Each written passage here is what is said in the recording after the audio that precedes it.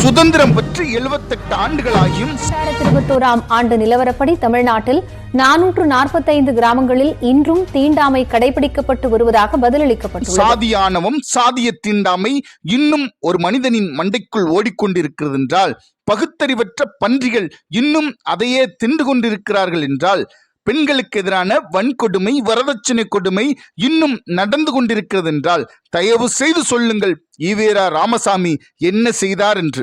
60 ஆண்டுகளாக ஈவேரா சிலை அமைத்து கட்டி பாதுகாத்து வரும் திராவிட கட்சிகள் எம் தமிழ் மண்ணில் நிலைநாட்டிய சமத்துவம் என்ன, சகோதரத்துவம் என்ன?